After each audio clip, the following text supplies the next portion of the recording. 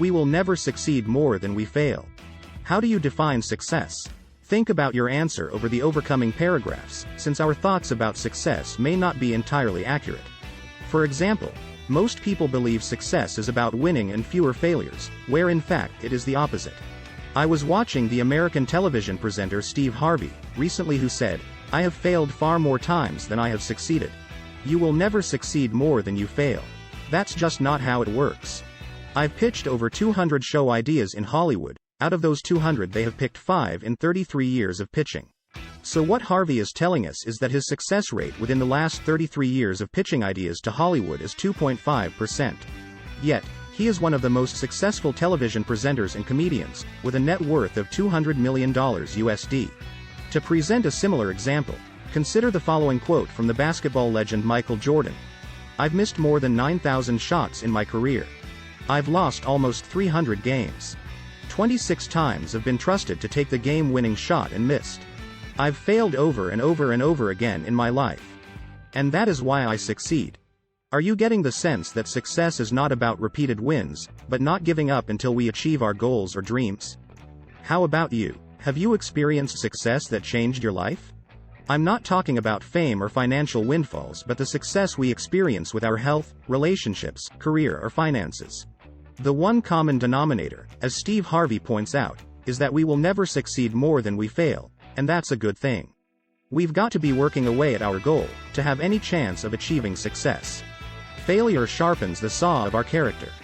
In a recent documentary hosted by David Attenborough, a pride of lions living in Africa were followed by a camera crew over 12 months.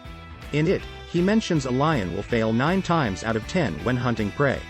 A lot can go wrong during a kill, which forces the lion to abandon the hunt. Therefore, it must try more often in order to feed itself in the pride. Success is the same, where it requires commitment and perseverance to achieve our goals. Even then, there are no assurances we will prevail. It takes a strong mindset to achieve success. If we experience repeated failures and setbacks, it can affect our self-esteem. Have you experienced this with a goal, whether it be personal or professional? It is my experience coaching people over the years. It is rare to meet someone who has the resiliency to keep going in the face of defeat. We need to have a powerful vision for our life, if we want to achieve success. Chances are, the failures and setbacks will stop us in our tracks if we are not committed enough. To paint another example, the Navy SEAL BUD-S program is designed to weed out those unfit to serve on the front line. The attrition rate is 80% and higher, and that is just the selection process to get into the program. The attrition rate is high because the program aims to select those who are mentally, emotionally, and physically skilled at frontline warfare. I appreciate our lives are not as demanding as the Navy SEALs program, but success also has a high attrition rate because of the resiliency required to succeed. According to the American author Stephen Covey, failure sharpens the saw of our character because it boosts our personal growth and resiliency. Covey spoke of the need to establish strong habits, and hence why he called it sharpening the saw. Success leaves clues. Are you getting the sense that success is about who we become, which determines whether we succeed? Zig Ziglar said, "It's your attitude, not your aptitude, that will determine your altitude." Those we regard as successful have accumulated a lifetime of personal growth to get to where they are.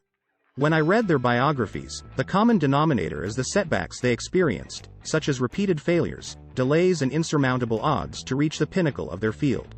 The thing that stands out the most is their strength of character and the resiliency upon which they create their life. We must fail and fail often, if we wish to achieve any form of success. Moreover, we must examine our failures to see whether we are growing in proportion to them. However, we mustn't consider ourselves a failure, because failing is not indicative of our self-worth.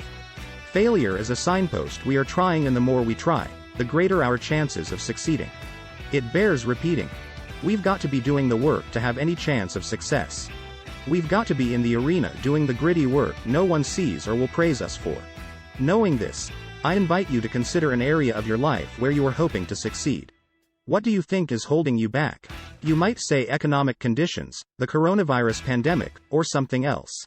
May I remind you, Jeff Bezos' wealth grew by $90.1 billion during the pandemic. Bill Gates and other notable billionaires' personal fortunes also grew during the pandemic. The point I wish to make is that even during a global crisis, successful people thrive, and we can use that to propel us forward. So, Take out your journal and write 3 to 5 recent failures you experienced, whether personal or professional. What have you learned from them? Write how you can use the growth to succeed in the future. There's a well-known quote attributed to Tony Robbins who said, "Success leaves clues."